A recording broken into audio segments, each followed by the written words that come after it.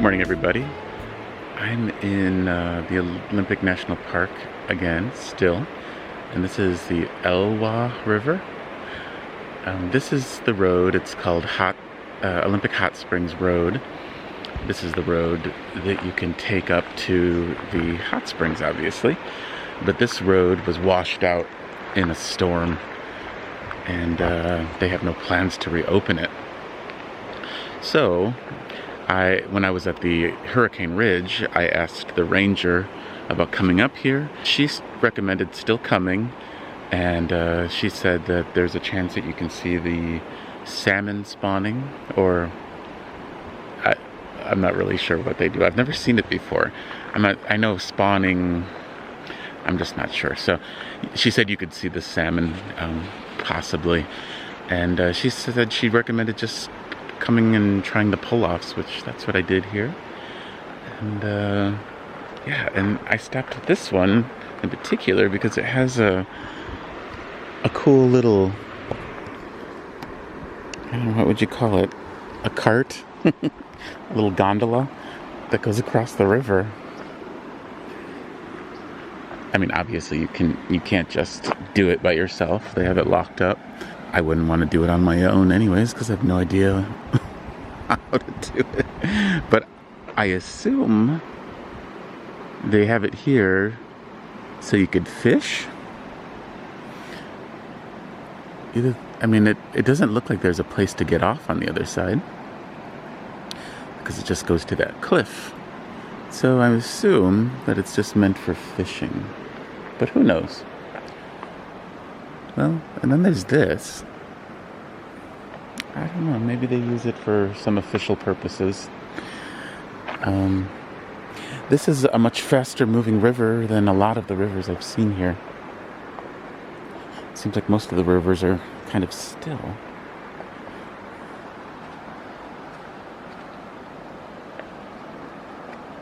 You can go all the way down to the river, but I don't know about these ladders. That one is pretty much vertical, and I'm not sure if it's appreciated if people just take it upon themselves to go down there.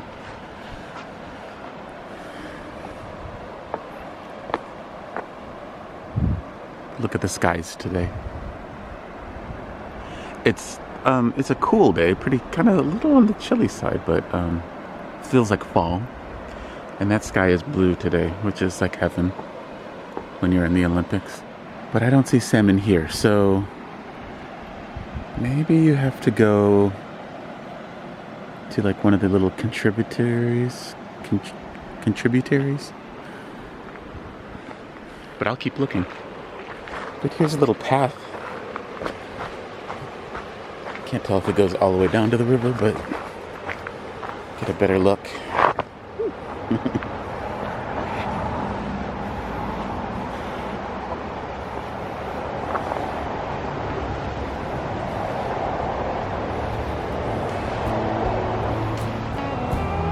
Very pretty.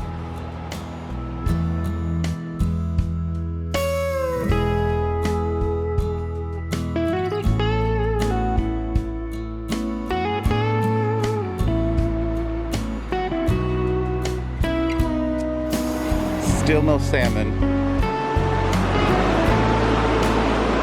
Not that I can see.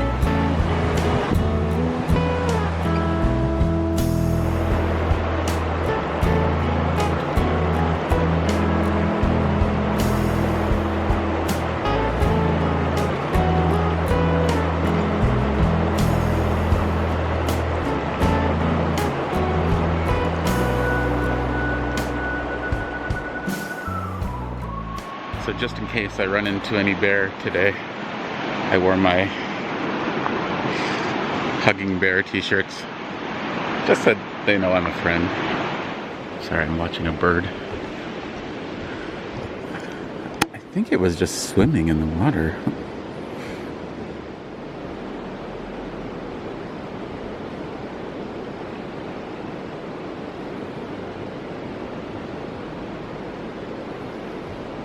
It's a little swimming bird. Oh, he dives too. Oh, he caught something. You're good at that. And now he's dancing. It's his happy dance. I got food.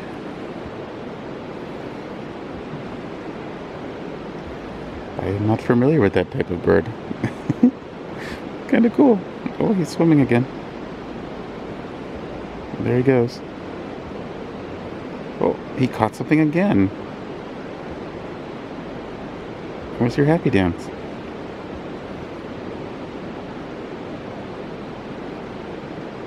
No time for dancing. There's food to be found. Oh. Wow, he's good at that.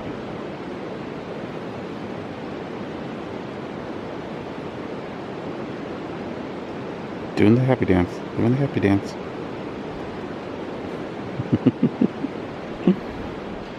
So today is my last day in the Olympic National Forest, and I decided I just needed a little more nature before I left. I was really considering going to Victoria in British Columbia, taking the ferry over from Port Angeles, but I looked into it and it ends up with parking. It would be a walk-on with parking and ferry and all that. It would be a little expensive, and what I read online, and almost everyone said this, is don't try to do it in one day. It's not a day trip. It's a one night, 2-day trip, or else it will feel rushed and not very pleasurable. So I skipped it. I didn't want to pay for a hotel and all that stuff. So I decided instead to come here to the Elwha River, Elwha, something like that. I came to see the salmon, which I haven't found yet, but I also came because there's a waterfall here, which I didn't realize. And the waterfall is a short hike, and it's wheelchair accessible, so apparently very level and easy. It must be paved. But the Olympic Hot Spring Road, which is right on the other side of these trees, that's the one that's washed out. But you can walk up the road, and the ranger was telling me that there are some nice spots just along the road. Like, you don't have to hike all the way up to the hot springs, which is 10 miles each way. She said there's some cool things going up the road. So we'll see. We'll see how far I make it. And so my plans past that, I am probably going to stay at that nice casino with the pretty parking lot and the free electricity tonight. And then continue on to Port Townsend tomorrow, which a few people told me is a very pretty town, but also these rocks are very unstable. I'm walking on. It's a pretty little town, but that's where I'm planning on taking the ferry. I'm not sure even what it's called on the other side, but the reason I take that ferry is that that is the beginning of the Cascade Loop. And something I wanted to do, and pictures, the Cascade Loop, it just looks amazing. And yeah, so that's where I would start.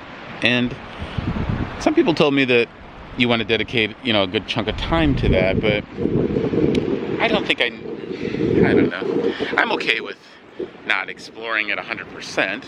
I'm sure there's tons to see, but I'm okay with just getting a taste of it. I have to go in that direction anyway. I mean, it does take me a little further north than I would go if I cut back through and went through like Olympia. This route takes me a little further north, but it's really beautiful. And and then I'm off to Oregon, back to Oregon, and on to Bend, where Descent on Bend is happening in just a couple of weeks from now. Or not even. It's like, ooh, that's not far off.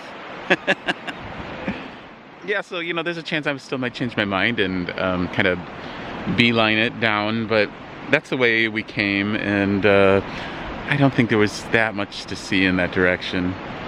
Unless I want to stop at Mount St. Helens or Mount Rainier, which would be cool, but like what Scott said, is that the majority of the time if you go and visit there, it's completely covered in clouds, which now that I've been in the Olympics, I can understand that it might not be the most enjoyable visit if you have no views of what you came to see.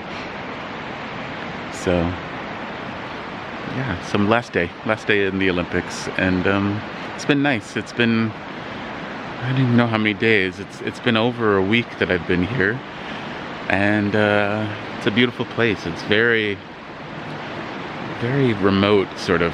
You know, it's like one of those places. It's kind of removed from the rest of the country. It's the northwesternmost part of the country. Okay, let's go take a peek at that waterfall on this beautiful mossy rock. Look, it's a little army dude with a cool stick. He was hiding face down. I'm gonna leave him, but I'm going to, so you know, he can see the world.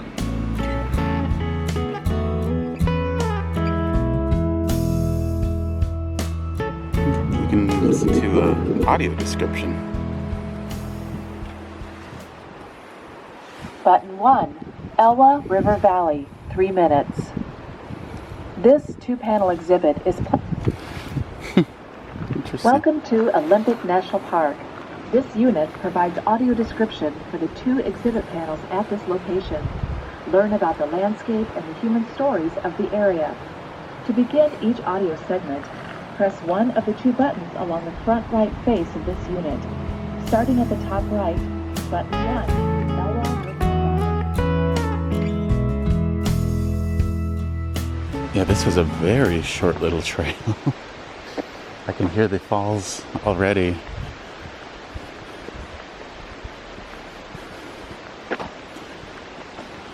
Very short path, but very pretty falls.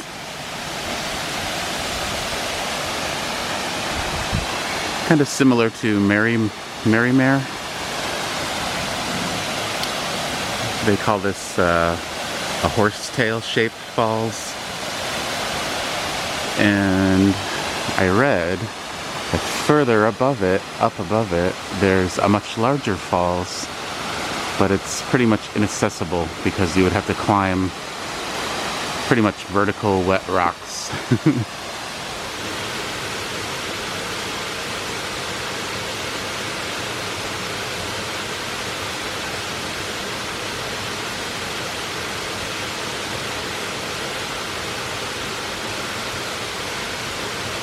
So if you're not much of a hiker, but you like waterfalls, this is the waterfall for you. It was like the tiniest little trail to that big, beautiful waterfall. So, but for those of us who look forward to the hike in, the hike was disappointing.